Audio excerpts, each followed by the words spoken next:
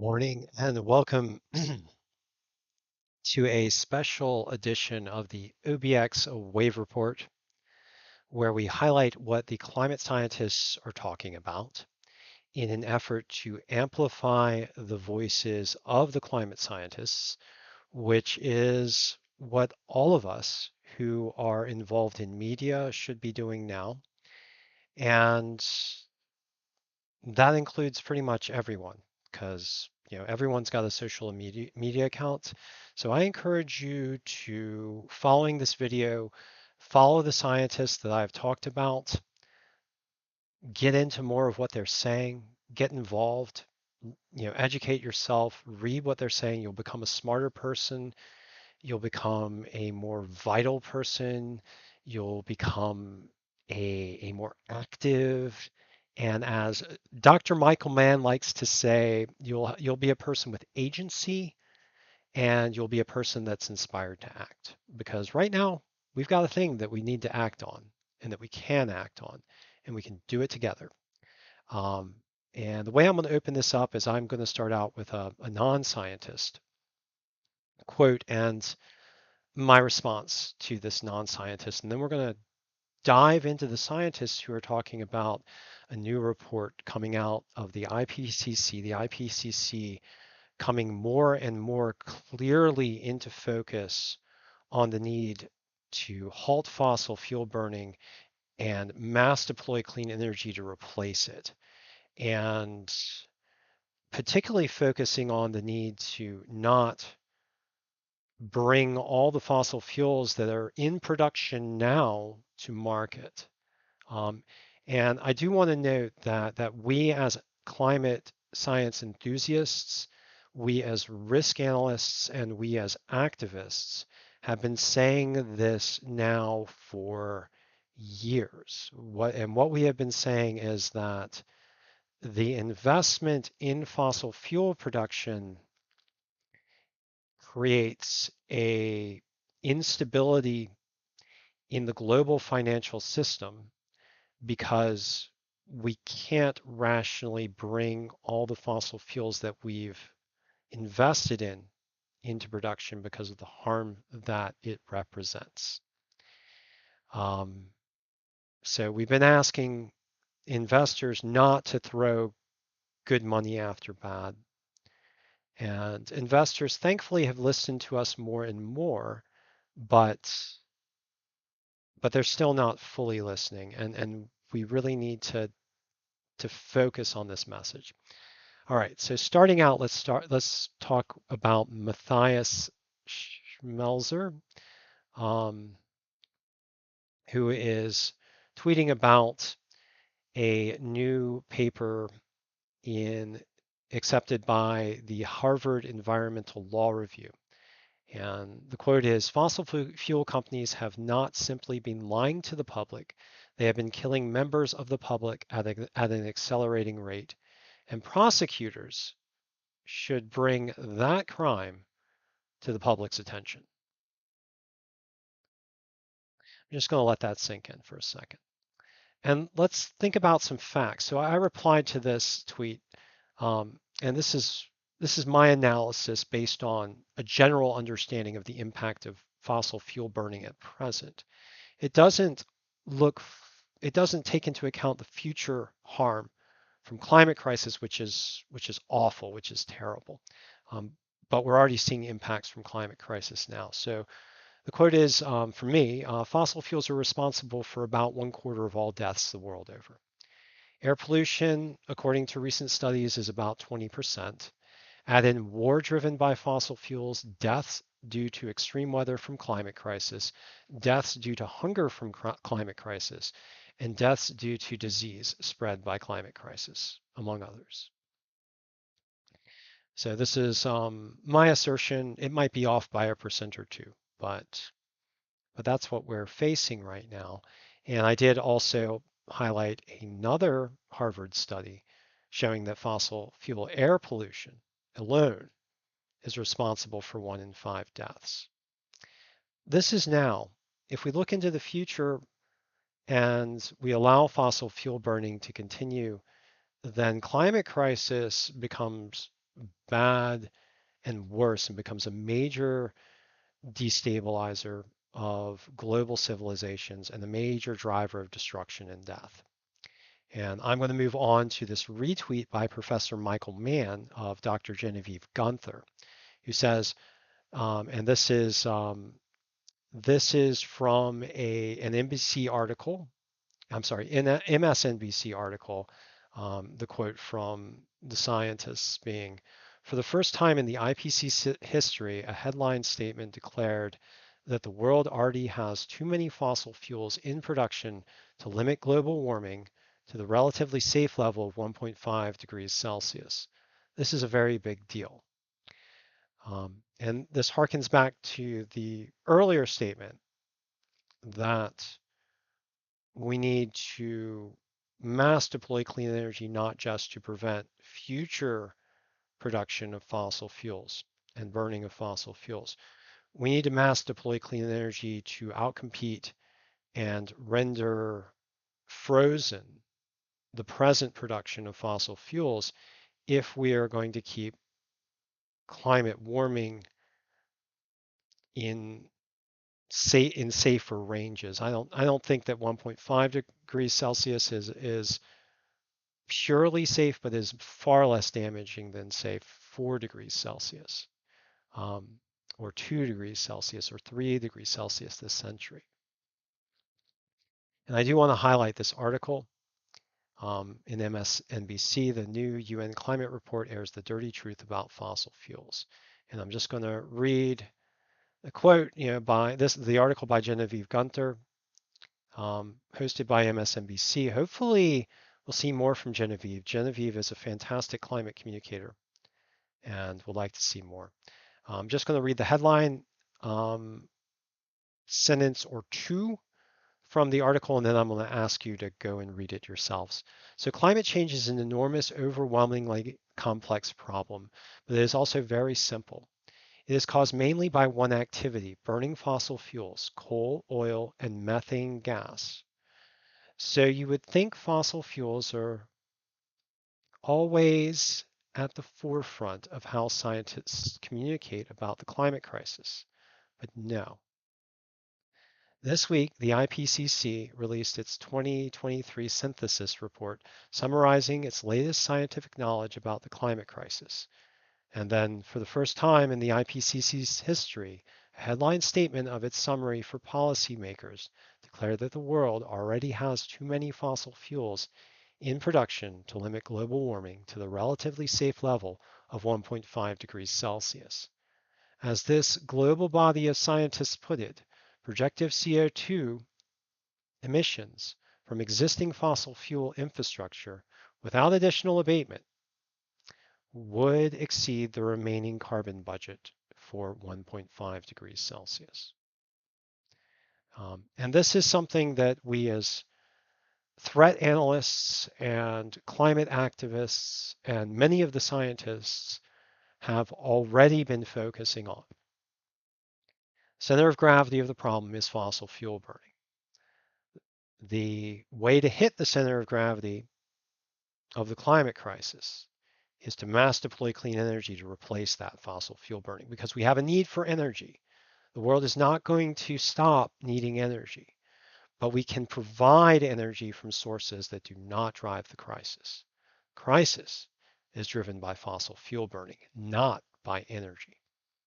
All right, so let's get into this a little bit more. One of the best scientists out there, Dr. Gavin Schmidt, over at NASA GISS. I just want to read this statement from him directly.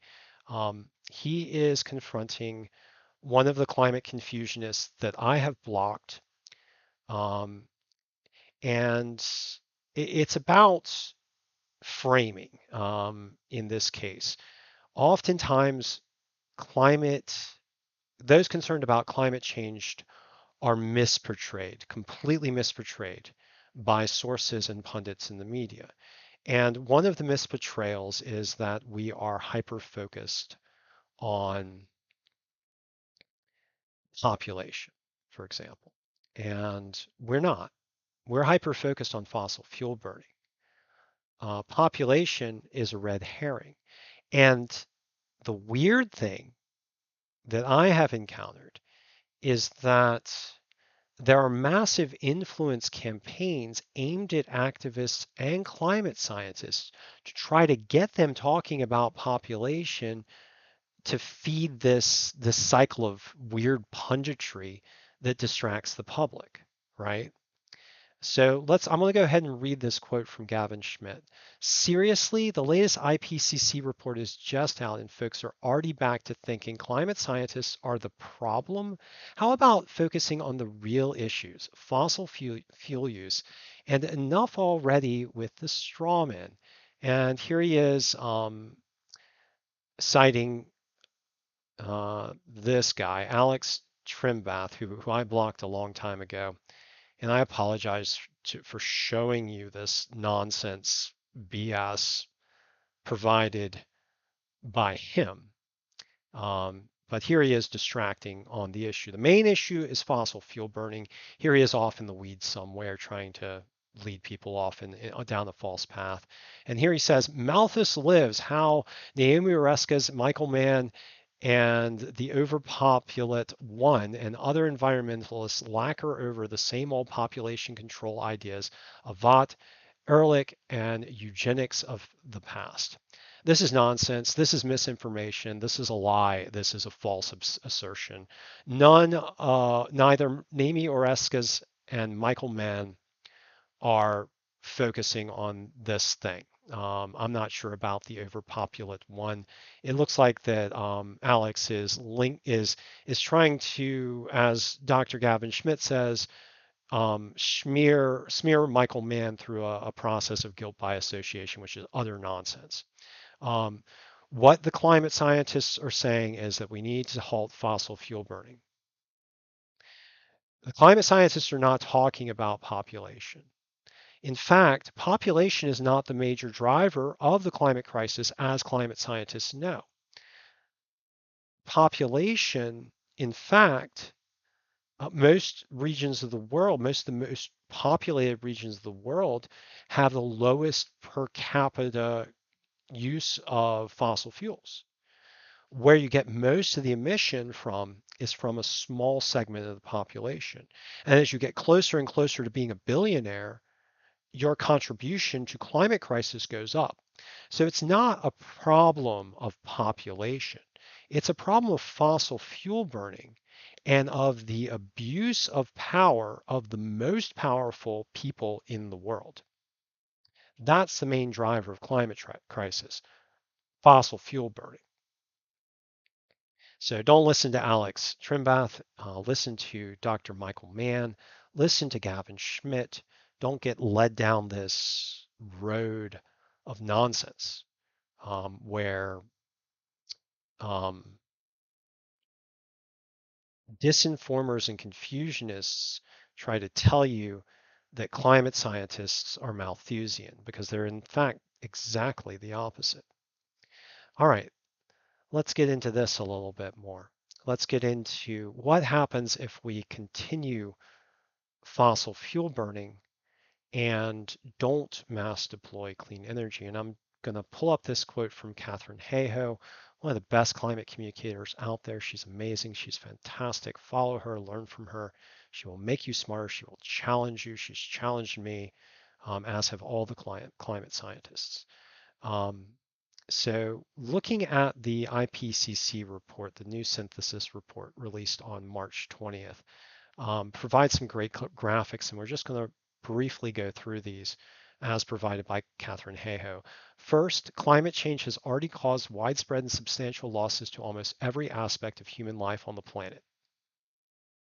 And this, harkening back to my earlier statement that fossil fuel burning is responsible for about a quarter of all deaths worldwide. Um, Upshot of fossil fuel burning being climate change, air pollution, and harmful concentrations of wealth that have led to assaults on democracy, the establishment of harmful oligarchies, and the establishment of dictatorial and tyrannical petrostates. Um, But let's look at what happens if we keep burning fossil fuels versus what happens if we hit a low emissions pathway. And I like to see what would happen if we hit like a net negative emissions pathway at some point, because I think we can do it. I think we can do it if we're smart. The main goal right now being mass deploying clean energy so that we have basically zero fossil fuel burning. Um, but after that, looking at ways to draw down carbon. And I know Catherine Hale is right on top of this, but I like to see the IPCC think about it in a responsible way, not an irresponsible way as like carting out the carbon drawdown first. The tip of the spear is the mass deploying clean energy. The carbon drawdown is the follow on. It's like the 1-2, but you got to have that leader. You got to have the leader being the clean energy. Okay. So on the low pathway, so this is the warming that we've experienced now. And on the low pathway, things get worse, but not terribly worse, although you do probably have some bad outcomes on the low pathway. But look at the very high pathway. I mean, you've got 4 degrees or more Celsius warming by 2100 and beyond. That's awful. That's terrible. That's a bad world. We don't want to be in it. And then you can see the various shades. I mean, you don't really want to be on the low carbon pathway world. That's bad too. Intermediate is pretty awful. High is terrible. So intermediate and beyond is like awful. Low is not great. Very low is still not great, but better. What can we do if we get to net negative? And how quickly can we get there? That's my question. But okay, so let's look at some of these other graphics. Second, every bit of warming matters. The warmer the planet gets, the more widespread and pronounced the changes in both average temperature and climate and weather extremes becomes. All right, so let's look at this graphic. With every increment of global warming, regional changes in mean climate and extremes become more widespread and pronounced. This is spot on communication. I mean, IPCC has just really sharpened its communication. This is clear, salient, cuts, good stuff, and presents the data in a way that is easy to understand. So with each pathway, you see where the world ends up as far as hottest day temperature changes, total soil moisture, and annual wettest day precipitation change. And you can see the variances. So like on the worst case scenario pathway, it's just nuts. And even on the 1.5C pathway, it's not great, but it's so much better world, such a much more livable world than this. So I mean that's what we're looking at, right?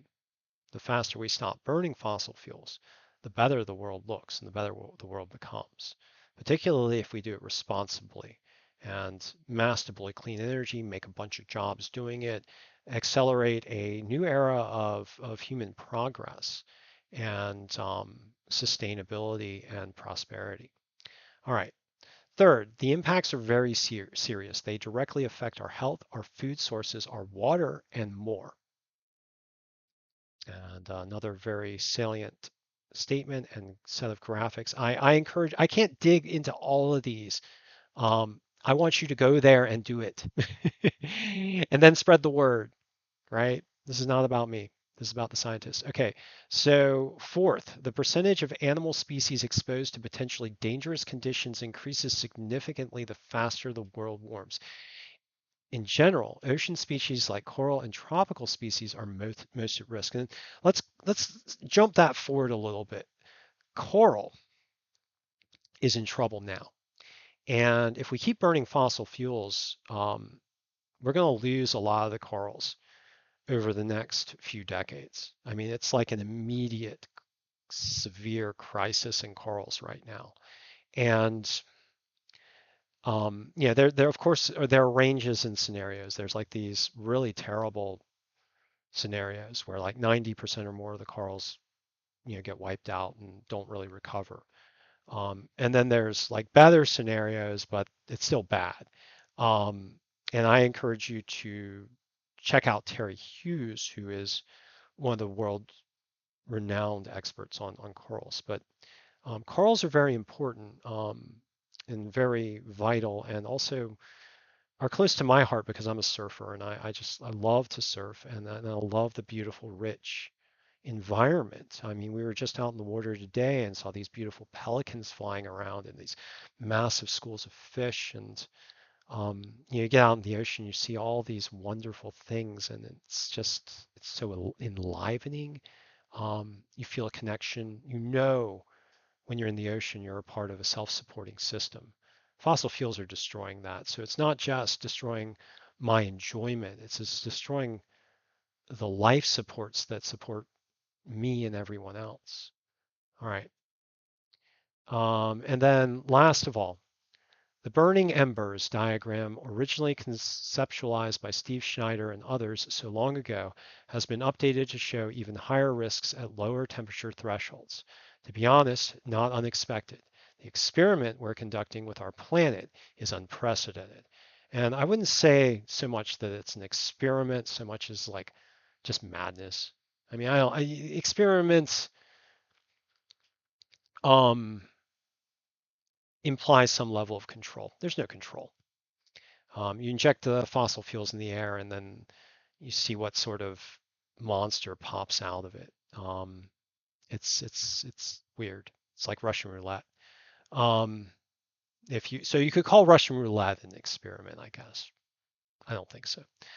All right, so here's the famous burning embers update, um, and looking at various risks based on degrees of temperature increase and various confidence levels. And you can go really deep into this diagram, but I did want to show it to you just to tease your perception a bit. I want you to ask questions about this diagram. Go out there, ask questions, learn about it. Talk to the scientists. Don't talk to the idiots. All right, let's move on. I'm going to try and not get too far into the weeds, but this IPCC report and the climate science buzz on it has really got me going. So we did talk about water impacts. One of the premier global experts on water is Peter Gleek. And I was curious what he would say with regards to the new IPCC report, or in context with the new IPCC report. And here, right on point, Peter Gleek, just right out ahead. Water equals climate. If we fail to limit warming to 1.5 degrees, an increase to 2 degrees Celsius will double the population vulnerable to water scarcity. And if you're smart about water and you know anything about risk, you know that water scarcity is one of the major drivers of conflict the world over. It's also a major driver of poverty and instability and authoritarianism. So if you are pro-democracy, if you're pro-real freedom, you're concerned about water and you're concerned about climate. Follow Peter Gleek, listen to him, be smart, learn, challenge yourself. Don't take the easy way out, right? Be strong, be bold. All right, let's talk about bold. Terry Hughes, I already mentioned him, premier world expert on corals, and I was curious what he would say about IPCC report, and he has been point on when it comes to policy lately, particularly when it comes to Australia. Very sharp critic of the Australian government's inaction on climate, inability to rein in fossil fuels, inability to do what it needs to do, right? And I'm just going to read this statement by Terry Hughes. In response to the latest IPCC report, Australia has announced a rapid phase out of exports of low-grade thermal coal to India, shipped every day across the Great Barrier Reef. Well, that's what a responsible government should be doing to protect its citizens. And what we'll say is that this is not the end of policy. This is the start. So, and we need to rapidly improve our policy when it comes to fossil fuels and when it comes to rapidly deploying clean energy. We need to have a clear pathway for scaling down fossil fuel use, which is vastly harmful and is poised to inject more harm that threatens all of us. So, all right. This is the climate science chat for the day. The IPCC report, guys, check it out. Talk to your climate scientists. If you're a surfer, it matters to you too, particularly if you're one of those surfers that just loves to, get into various different ocean environments and really thrives on those coral reef breaks. But if you're just living on the coastline, it matters to you. If you're living anywhere, it matters to you. If you love nature and animals, it matters to you. If you love having a good life, it matters to you. If you like having better prospects for your economies as you continue through life, it matters to you. It matters to you in every way. It matters to you in less lung cancer, in less strokes, in less heart attacks. It matters to you. There's trouble aimed right at you every time something comes out of a smokestack, a tailpipe, or turbine. When a fossil fuel that has been extracted from the earth is burned. So thank you for joining me for this special session of the OBX Wave Report. Listen to the scientists, guys. Promote them. They're on your side, be on theirs.